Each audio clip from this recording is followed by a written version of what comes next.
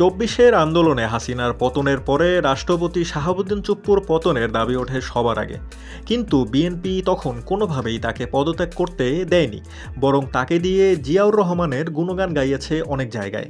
BNP ক্ষমতায় আসার পরে পুরস্কার হিসেবে তাকে লন্ডনে চিকিৎসায় পাঠালে তিনি শেখ হাসিনাকে কল করে আবারও ষড়যন্ত্র রচনা করতে যান। কিন্তু তখনই ব্রিটিশ গোয়েন্দা সংস্থা MI5 বাংলাদেশের গোয়েন্দা সংস্থার কাছে এ তথ্য ফাঁস করে দেয়। ফলে তড়িঘড়ি করে চুপ্পুকে পদত্যাগ করায় বিএনপি। কিন্তু সম্ভাব্য রাষ্ট্রপতি হিসাবে মির্জা ফখরুল বা ডক্টর মঈন আহমেদের নাম থাকলেও কেন মেজর হাফিজকেই রাষ্ট্রপতি বানালো বিএনপি? এর পেছনে অবশ্য দুটি কারণ খুঁজে পেয়েছে সময়ের এই বেলা বিশ্লেষণ টিম। প্রথমত, মেজর হাফিজ উদ্দিন বিএনপির হলেও সংসদে বিরোধী দলের উপরে বেশ সহমর্মী। মেজর হাফিজ উদ্দিন বিএনপির অনেক এমপিদের সরাসরি সতর্ক করলেও সব সময় বিরোধী দলকে উৎসাহ, সাহস, নির্ভয় এবং সমর্থন দিয়ে গেছেন।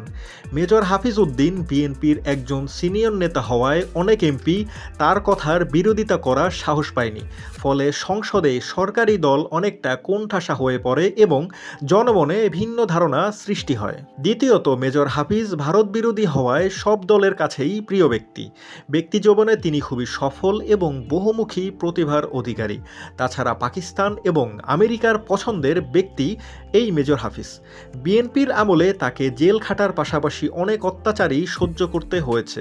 এসব ইতিবাচক দিকগুলোর কারণেই বিএনপি মূলত তাকে ভারপ্রাপ্ত রাষ্ট্রপতি বানিয়েছে। মির্জা ফখরুলকে দিয়ে দল চালানোর পাশাপাশি বিরোধী দলকে সামলানোর চিন্তা করছে মূলত বিএনপি।